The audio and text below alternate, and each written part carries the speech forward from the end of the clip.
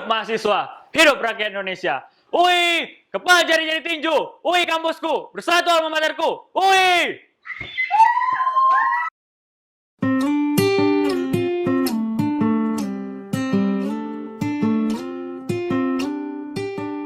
Nah, sekarang apa sih yang ada di pikiran lo pertama kali ketika lo dengar kata red session?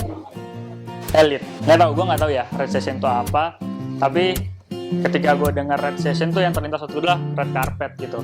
Jadi jalannya bagi orang-orang yang wah. Konsepsi orang lo tuh apa sih? Gue sempet ya mungkin karena ini culture shock ya. Jadi kayak orang anggap gue tuh orang yang keras banget. Karena dari gaya ngomong gue yang relatif nadanya lebih tinggi daripada orang sekitar. Jadi gue mungkin dianggap sangat galak, sangat kasar, sangat apa, tanpa mampu melihat sisi lain dari diri gue. Tapi emang yang terlalu di highlight orang adalah gue keras.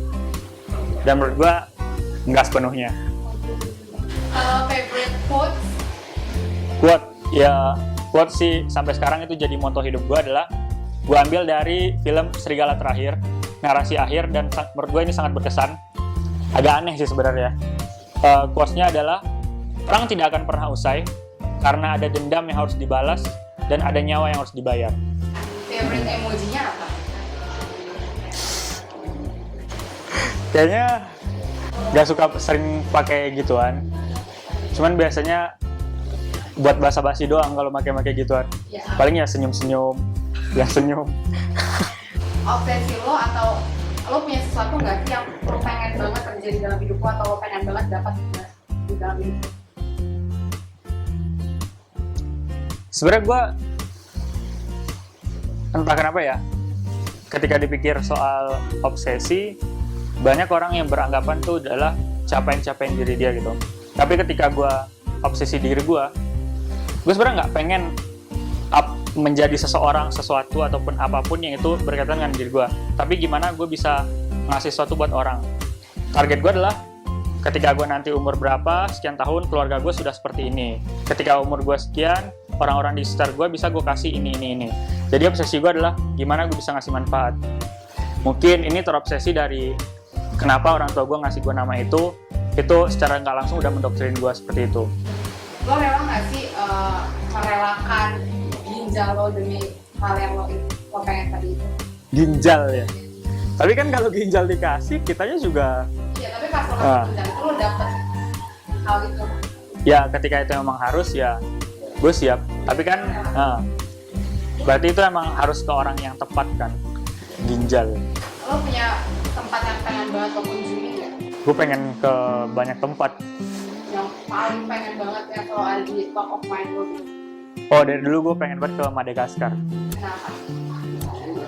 Karena setahu gue itulah daratan pulau di dekat Afrika yang dia tidak ada gunung api. Jadi kayak semua di sana itu adalah tanah-tanah yang sudah dari zaman dahulu, tidak diperbarui karena nggak ada letusan gunung berapi. Begitupun dengan flora-floranya. Jadi gue pengen banget ngelihat kayak apa sih tempat yang mana kondisi alamnya itu tidak diperbaharui untuk ratusan tahun. Misalnya uang, pendidikan, waktu itu bukan masalah buat lo. Lo pengen ngapain sih sekarang? Uang, pendidikan, gue pengen banyak banget keliling-keliling ngelihat keadaan Indonesia tuh kayak apa. Dan artinya kayak gini, gue tipe orang yang suka jalan tapi buat ngeliat doang. Apa sih yang bisa gue kasih di tempat itu misalkan? Gue sering diajak sama bokap gue itu untuk jalan-jalan aja di Sumatera sih kalau sama bokap. Itu pergi aja ke kampung-kampung, lihat keadaan orang kayak gimana, terus kita pikirin, kita diskusin apa sih yang baik untuk orang di sini kayak apa. Nah dari dulu tuh gue pengen banget kayak gitu. Tapi itu butuh modal finansial kan. Kebahagiaan itu adalah Ngelihat orang bahagia itu bahagia. first impression lo terhadap manajemen FEU itu gimana sih? Gue yang paling sangat ada di otak gue adalah ketika hari kedua ospek jurusan itu kan menampilkan alumni manajemen dari lintas konsentrasi, dan di situ dibilang bahwasanya ada satu pernyataan dari alumni bahwasanya bilang manajemen is not only about science but also about art. Nah itu gue ngerasa itu kesan pertama yang menurut gue sangat luar biasa, karena gue sadar pun akhirnya manajemen itu bukan ilmu yang dipelajari, dihafal, lalu mentah-mentah bisa diterapkan. Tapi ada seni formulasi di sana. Dan menurut gue inilah keindahan ilmu ini.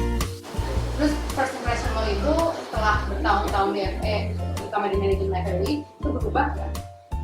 Enggak, Sama. sampai sekarang masih sama. Terus satu kata untuk mendescribe anak manajemen FEBUI. Keren. Terus satu miskonsepsi anak FE yang pengen lo hilangin. Anak FE ya? Miskonsepsi orang terhadap anak FE. Terutama FEUI ya. Apa ya? Miskonsepsi. Mungkin anak FE itu cenderung dibilang tidak peduli terhadap orang sekitar atau apatis lah istilah kerennya. Tapi menurut gua enggak. Lu nggak lihat aja atau lu nggak menyentuh anak-anak itu aja. Tempat nongkrong favorit di FE apa? Siap di mana? Di Skywalk lantai 3. Ngadep jalan depan. Favorite part menjadi mahasiswa di FEBUI. Momen kapannya ya? Atau apanya? Iya, terserah. Oh, pas jadi ketua BEM. Masih gitu. Saran terbaik yang pernah lo terima mengenai kepemimpinan itu apa ya, Pak? Gue pernah dinasihati oleh teman gue. Mungkin ini dia menggunakan bahasa yang lebih kiasan, tapi menurut gue ini ngena banget. Dia bilang gini ke gue. Dia pesan ke gue, Jar, jangan cuman jadi batu karang yang bisa berdiri kokoh di saat diterjang badai. Jangan cuman jadi air yang mengikuti alirnya kemana ia bergerak, tapi jadilah ikan yang ia bisa bertahan di tengah badai, mengikuti alur air kemanapun ia dibawa, tapi juga bisa merubah arah geraknya kapanpun ia mau. Saran terbaik yang pernah lo berikan sebagai pemimpin? Gue selalu merujuk bahwasanya setiap pemimpin itu harus menjadi teladan. Setiap pemimpin harus jadi teladan. Mungkin ini yang terus gue ulang-ulang pada setiap orang yang gue sarankan untuk menjadi seorang pemimpin, lo harus bisa jadi teladan. Gue nggak tahu ya ini terbaik atau enggak, tapi menurut gue yang paling krusial bagi seorang leader itulah harus menjadi teladan. Lo sebagai pemimpin, lo lebih suka gimana sih? Lo lebih suka nge-push mereka dari belakang, atau lo lebih suka jalan bareng mereka, atau lo lebih suka lo di depan menunjukkan mereka jalannya kemana? Mungkin kayak main bola aja deh. Lo maju depan belakang gitu. Karena gini, sebenarnya kan pemimpin itu adalah orang yang didahulukan selangkah, ditinggikan seranting. Tapi dia tidak selamanya berada di atas, tidak selamanya ada di depan. Dalam artian kayak gini, seorang pemimpin tuh dia harus bisa memberdayakan orang-orang yang dia pimpin. Karena peran paling krusial bagi seorang pemimpin adalah bagaimana dia memakai tangan orang lain untuk mewujudkan apa yang dia mau. Kalau lu pengen pakai tangan orang buat wujudin apa yang lo mau, lo harus bisa memberdayakan orang itu. Nah, caranya gimana? Kadang lu di depan ngasih contoh, kadang lu di tengah membimbing dia, mengencourage dia atau apa. Kadang lu di belakang, biarin dia maju ke depan, biarin dia ngambil kebijakan, biarin dia bertanggung jawab. Nanti lo akan melihat dia bagaimana belajar. Dia akan menjadi orang yang ditempa dengan sangat baik. Dan lo pastikan lo akan bertanggung jawab atas semua keputusan lo itu. Lo tuh ingin dikenang sebagai apa sih oleh orang-orang yang pernah lo pimpin? Setidaknya satu hal, gue pengen dikenang sebagai orang yang satu antara kata dan perbuatan. Selebih itu, ya udah terserah mengingat gue kayak apa.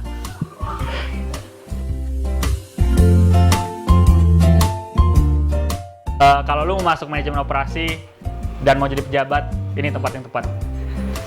Kenapa tuh emangnya?